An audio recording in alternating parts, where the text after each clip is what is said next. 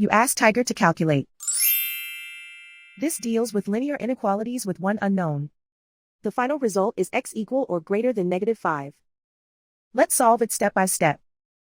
Group all constants on the right side of the inequality. Subtract 9 from both sides.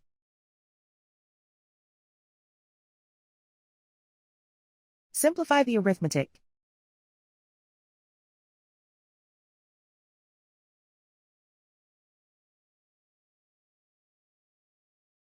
Isolate the x. Divide both sides by 4.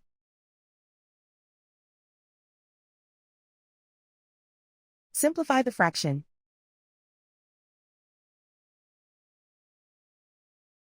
Find the greatest common factor of the numerator and denominator.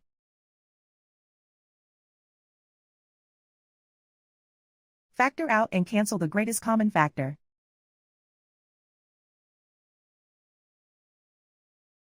Plot the solution on a coordinate grid.